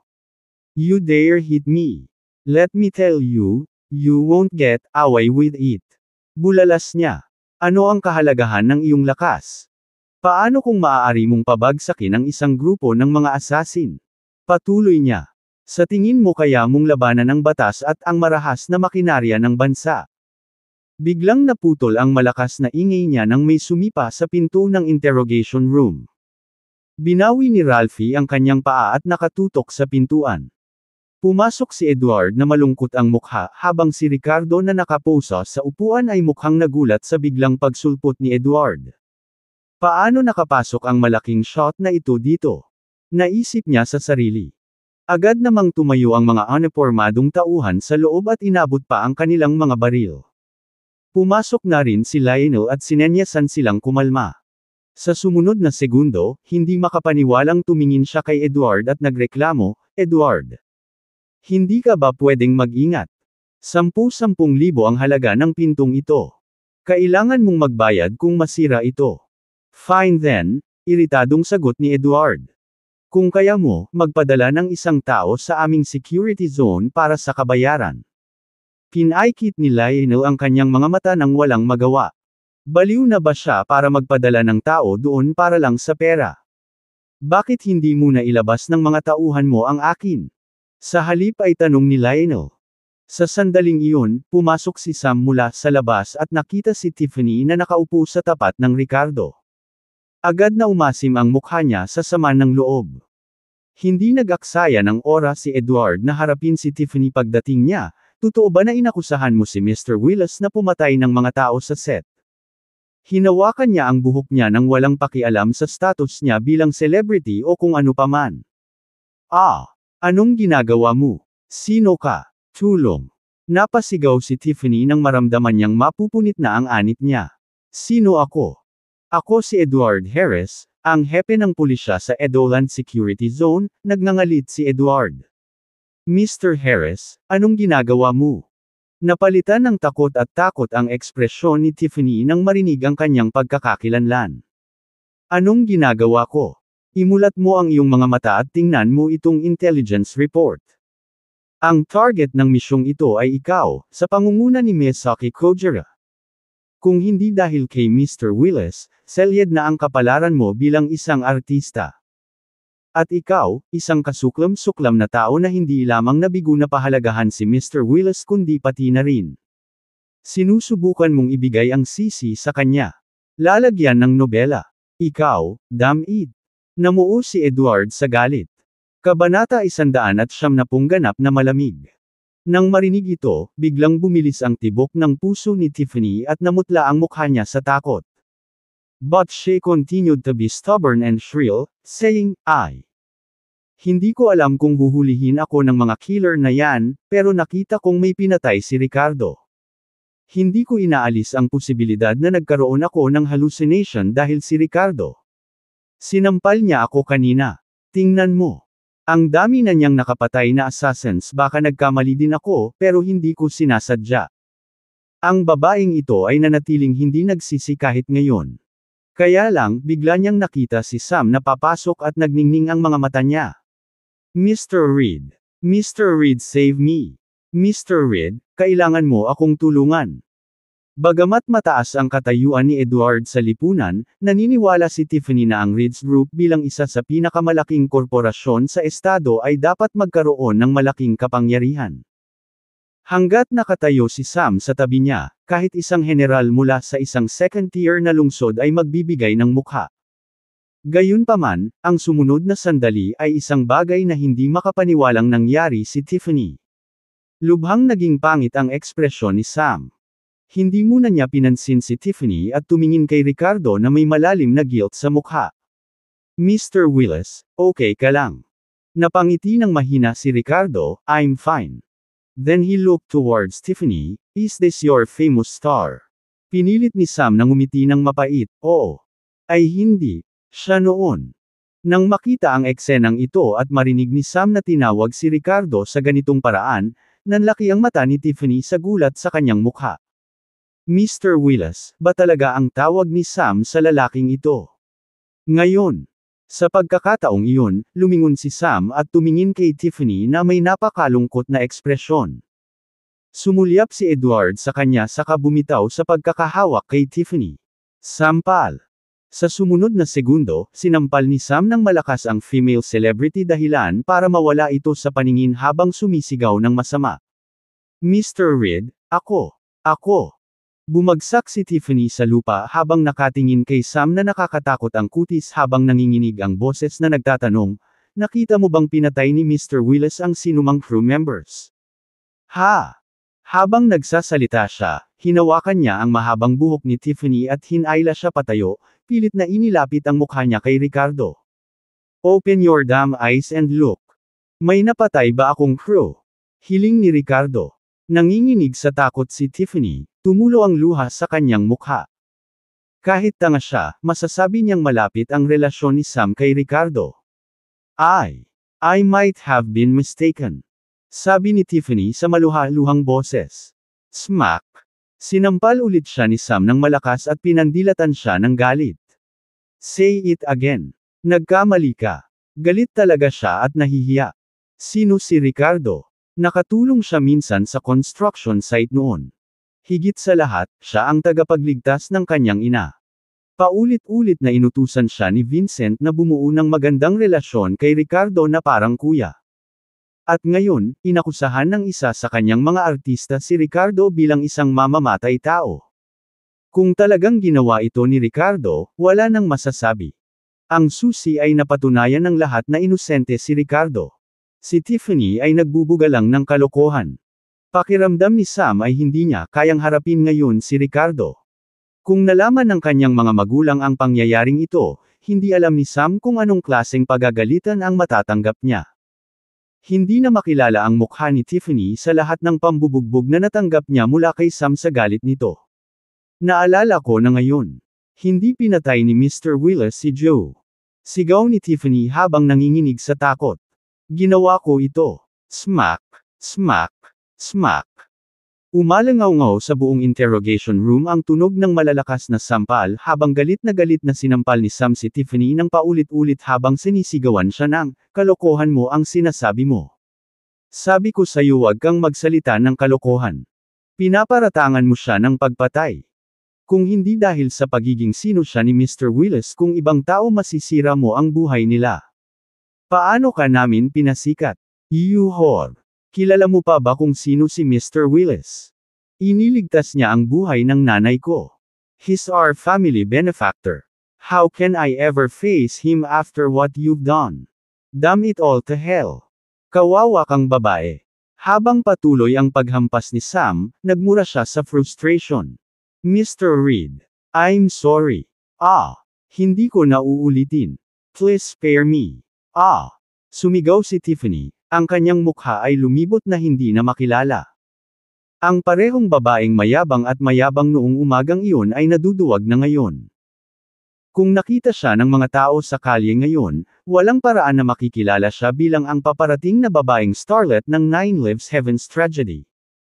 Ahem, Mr. Reed, ito ang Punishment and Investigation Bureau, bawal manakit ng tao. Umubo si Lionel para makuha ang atensyon nila. Huminga ng malalim si Sam at itinigil ang paghampas sa kanya matapos masulyapan saglit si Ricardo bago ay dial ang phone nito. Hello. Ako ito, Sam. Palitan ang 9 Lives Heaven's tragedy leading actress. Oo. Sabihin sa mga mamumuhunan na kung magdusa sila ng anumang pagkalugi, ang Reeds Group ang mananagot. At mula ngayon, ay blacklist mo ng buo si Tiffany Payne. Nang marinig ang tawag na ito sa telepono ay napaiyak si Tiffany sa kawalan ng pag-asa at panghihinayang habang nakasiksik sa sulok ng silid. Alam niyang tapos na siya. Maraming mga tao ang ganito kapag napagtanto nila na dapat silang kumilos ng mas mapagpakumbaba noong una sa buhay, huli na ang lahat. Pagkalabas ng interrogation room kasama si Ricardo sa kanyang tabi, same time na hinarap siya ni Sam na nakayukong mga tuhod. Natigilan si Ricardo sa kanyang mga kilong ngunit mabilis siyang tinulungang magsabi, anong ginagawa mo? Lalagyan ng nobela. Parang nahihiya si Sam, Mr. Willis, I'm sorry. I need to apologize proper or else hindi malinis ang konsensya ko. Ricardo waved his hand dismissively, it's fine. Don't be so dramatic. Isang beses akong kinagat ng aso mo pero napatay mo na kaya magkapantay tayo. Sam chuckled wryly while scratching his head, please don't tell my parents about this incident. Baka patayin din nila ako. Mukha ba akong taong mangungulit? Kalimutan na lang natin, naiinis na sagot ni Ricardo. Sa pagkakataong iyon ay tumahimik si Edward mula sa kanilang tabi, Mr. Reed pwede ka bang humingi ng tawad kay Ricardo mamaya? Mayroon tayong mga confidential na bagay na kailangan nating pag-usapan. Makalipas ang ilang minuto sa labas ng Punishment and Investigation Bureau. Sa isang sasakyan ng hukbo ay nakaupo lamang sina Edward at Ricardo na pinag-uusapan ang mga confidential na bagay. Mr. Willis, hindi ko akalain na mapapatay mo si Misaki Kojira. Isa siyang master. Napatingin si Edward kay Ricardo na may gulat sa mukha. Patuloy ang paghanga sa kanya ng binata sa kanyang harapan sa bawat sandali.